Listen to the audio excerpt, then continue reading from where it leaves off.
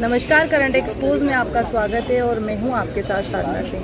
आज जिला कोर्ट में लोक अदालत लगी है जहां पर बिजली के पंचनामे उपभोक्ताओं को छूट मिलती है। तो आइए जानते हैं आशीष जैन वकील, हाईकोर्ट वकील साहब से कि किस तरह से यहां पे छूट मिली है, क्या ये सही था। एक्सपोज में आपका बहुत बहुत स्वागत है। जी धन्यवाद। आपने आज जो विषय आपने लिया है वो काफ़ी अच्छा और एक ज्वलंत विषय जिसको बोल सकते हैं। और करंट एक्सपोज इसलिए जाना जाता है कि आप इस तरह के मुद्दे उठाते रहते हैं। आपने जो बिजली विभाग का जो बताया है, बिजली विभाग एक बहुत बड़ा महकमा है और सबकी एक आवश्यकता है।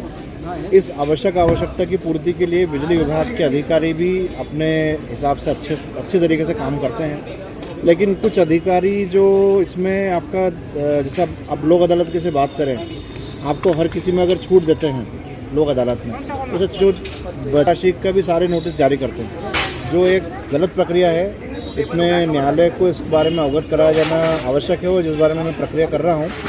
और जो बकाया राशि केवल बकाया राशि के नोटिस जारी कर देते हैं, उस केवल नोटिस के आधार पे लोगों को परेशान करते हैं और यहाँ पर न्यायालय में अननेसेसरी भीड़ जमा होती है। न्यायालय को भी जो उनके जो कर्मचारी उनको देखना चाहिए जो केसेस लेते हैं कि इसको इस तरह के प्रकरण नहीं ले जो अननेसेसरी लोगों को परेशान करने के उद्देश्य से ले जाते हैं। अब जो बिजली चोरी के पंचनामे हैं, बिजली चोरी के पंचनामों में अधिकतर अधिकारी नियमानुसार बिलिंग नहीं करते हैं। ये बिलिंग इस तरीके से करते हैं कि आप जब भी उनके पास में जाओ तो आपको कुछ न कुछ छूट देके आपको बेवकूफ़ बना दें। इस तरीके से प्रक्रिया उनकी रहती है अधिकतर केसों में। मैं सारे केसों की बात नहीं कर रहा हूँ, अधिकतर केसों में ये बहुत सारे लोगों को बेवकूफ़ बना देते हैं और गरीब लोगों को बहुत तरीके से लूटने का प्रयास किया जाता है। अगर कोई मुझसे संपर्क करना चाहे तो मैं उनके लिए उपलब्ध हूँ और मैं बिजली कंपनी के विरुद्ध इनको आम उपभोक्ताओं को न्याय दिलाने का संभव प्रयास करूँगा।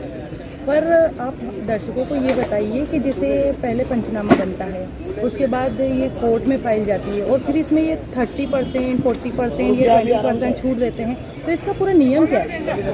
30%, 40% का जो नियम है शासन से आता है, तो उसका शासन का तो सभी को पालन करना है, वो पालन किया जाता है। लेकिन मैंने जो आपको बताया है कि जो पंचनामे बनते हैं उसके जो निर्धारण आदेश जारी करते हैं, अनंतिम निर्धारण आदेश के नाम से लोगों को बेवकूफ़ बनाया था अधिकतर जगह कि ये सही तरीके से बिलिंग नहीं करते हैं, सही तरीके से आकलित खपत का निर्धारण नहीं करते हैं। आम जनता जो बताने का प्रयास करती है कि हम इतने समय से रह रहे हैं। इसमें बिजली चोरी में एक ऐसा नियम है कि जो जितने समय से बिजली चोरी कर रहा हो उसकी उतने समय की बिलिंग किया जाएगी, मैक्सिमम 1 वर्ष के लिए। लेकिन ये अधिकारी जो है अपने हिसाब से, अगर मान लो कि 2 महीने पहले भी आया है तो उसकी अलग तरीके से उसके साल भर की बिलिंग करता है। आम जनता को गुमराह करते हैं। एक छोटा सा उदाहरण मैं आपको बताता हूँ। अगर किसी की बकाया राशि अगर रहती है तो बकाया राशि पे कनेक्शन ये कार्ड देते हैं जो अवैधानिक है, उसके लिए पूरी प्रक्रिया का पालन करना रहता है। उसमें धारा 56 का एक नोटिस जारी करना रहता है और धारा 171 के तहत तामीली की जाना बहुत आवश्यक है।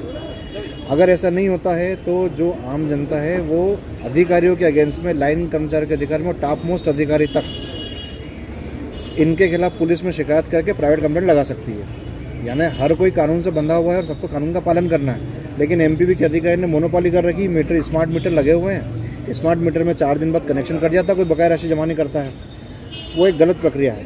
आपको 15 दिन, भले आपका 1 करोड़ रुपये राशि बाकी है, तो आपको 15 दिन का नोटिस अगर आपको नहीं मिला है, आप भले डिफ़ॉल्टर है, लेकिन आपको कानून की, एमपीबी को कानून की प्रक्रिया का पालन करना पड़ेगा। 15 दिवस का सूचना पत्र अनिवार्य है, मैंडेटरी है, बहुत ज़रूरी है। और वो ऐसा नहीं है कि वो उनके डिस्पोज में चला के दिखा दें कि हमने कर दिया है, उसकी बाकायदा पावती लेना पड़ेगी। उसकी रिसीविंग कापी अगर नहीं लेंगे तो वो ऑफेंस है।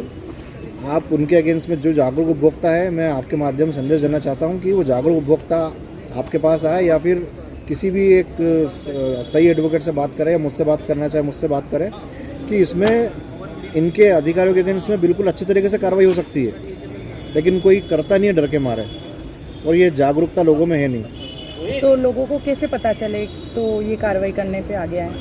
देखिए, मीडिया जो है चौथा स्तंभ है, तो आपके माध्यम से प्रचार अगर होता है तो आम जनता तक जाता है। जागरूक लोग प्रक्रिया करते हैं तो करना चाहिए उनको, तो आपके माध्यम से जाना चाहिए। तो इस प्रोसेस की शुरुआत आम इंसान कहाँ से करेगा? यानी किस चीज़ की शुरुआत देना कहना? जैसे अभी बता रहे हैं कि बिजली विभाग वाले ऐसे गुमराह करके इस तरह से पहले पंचनामा बनाते हैं फिर छूट देते हैं। देखिए, एक जागरूक उपभोक्ता समिति के नाम से एक समिति चलती है जो लोगों की निःशुल्क सेवा करती है। उसके राष्ट्रीय अध्यक्ष मुकेश अमोलिया जी हैं। और अगर आप उनको यूट्यूब पे वीडियो देखेंगे तो उनकी वीडियो भी मिलती है, तो वो निःशुल्क सेवाएं उपलब्ध कराता है।